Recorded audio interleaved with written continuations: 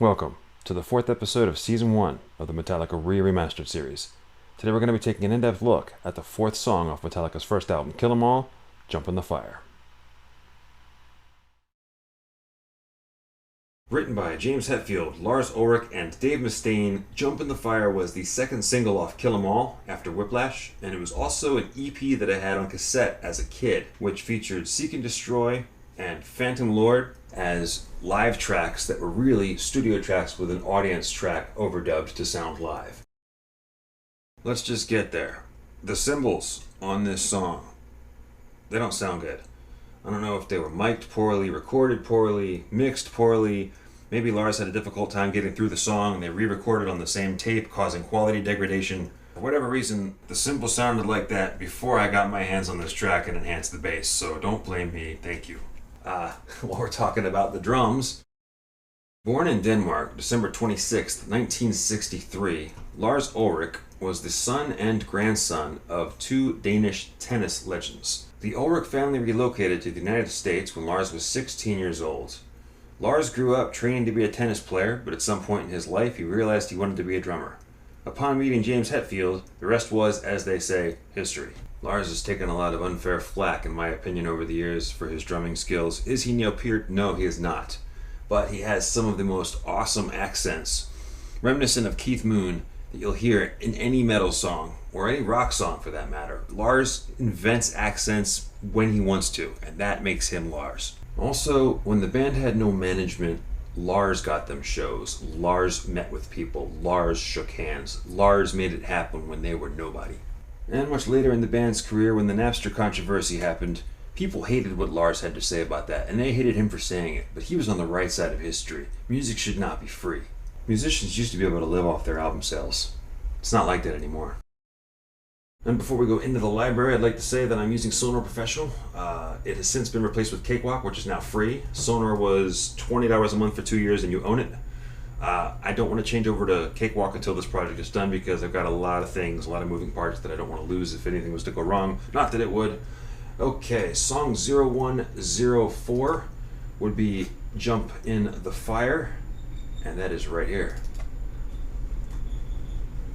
And as you can see, there's two tracks just like the previous two songs we did. It's the remastered version from the CD and an enhanced bass version of that remaster side by side at differing volumes.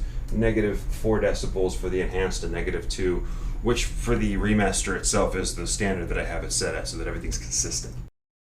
And now, our moment of guitar architecture. As you can see in the left and right channels, the sound never stops coming, so the guitars never take rests. But upon closer inspection, I just now, for the first time in my life, realized that if you listen to the song, the left and right rhythm guitars play the exact same thing from start to finish. That is a big deal. The rhythm guitars always break apart in some fashion at some point during Metallica songs. For them to not break apart and play the exact same thing from start to finish would be no accident, and there's probably a really good reason for it. With this being a Dave song, and one of the first songs they played, it's possible that only Dave played guitar on this song and James only sang lead. Maybe they left the song on the back burner for newer songs where James played guitar, and they got to the studio to record Kill 'Em All, and they realized they needed one more song. Or maybe it was just Dave's song and James learned it Dave's way. We'll never know.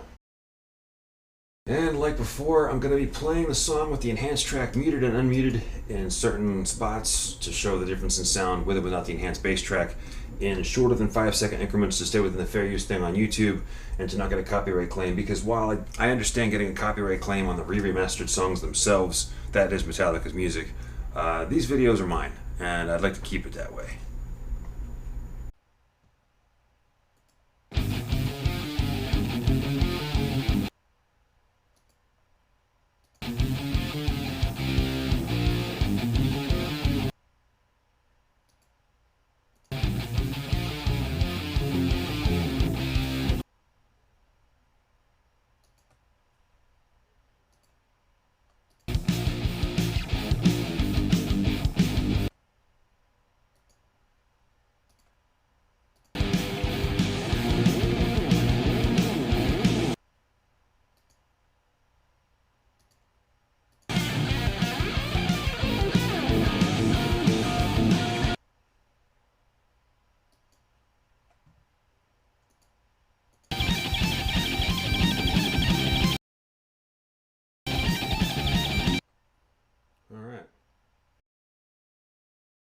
Can I just say on this album, Kirk Hammett really delivered.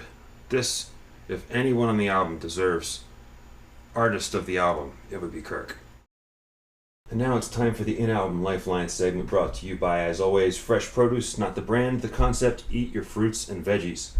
Today's video is Jump in the Fire, and when it's up against the other 3 songs on the album that have isolated bass tracks, that would be Hit the Lights, Whiplash, and Seek and Destroy, would I trade one of their isolated bass tracks in to give Jump in the Fire an isolated bass track? No, I have to say I would not, because Jump in the Fire, you can pretty much hear the bass. You can't hear the cymbals. I might take an isolated drum track, but I certainly would have traded for one of those 3 bass lines. So the answer is I would not trade to get Jump in the Fire an isolated bass track.